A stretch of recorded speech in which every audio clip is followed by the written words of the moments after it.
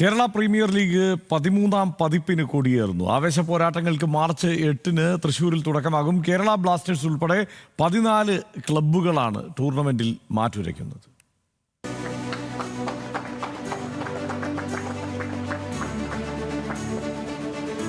കേരളത്തിലെ ഫുട്ബോൾ പ്രേമികൾ ആവേശത്തോടെ കാത്തിരിക്കുന്ന കേരള പ്രീമിയർ ലീഗിന് തുടക്കമാകുന്നു. 13ാം സീസണിൽ 14 ക്ലബ്ബുകളാണ് കിരീടത്തിനായി മാറ്റുരയ്ക്കുന്നത്.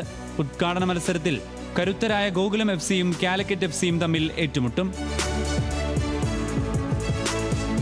കഴിഞ്ഞ സീസണിലെ മികച്ച ടീമുകൾക്കൊപ്പം ഇത്തവണ 3 പുതിയ ടീമുകൾ കൂടി പന്ത് തട്ടും. Calicut FC, EMEA college, SAI Kollam എന്നീ ക്ലബ്ബുകളാണ് അരങ്ങേറ്റ സീസൺ ഒരുങ്ങുന്നത്.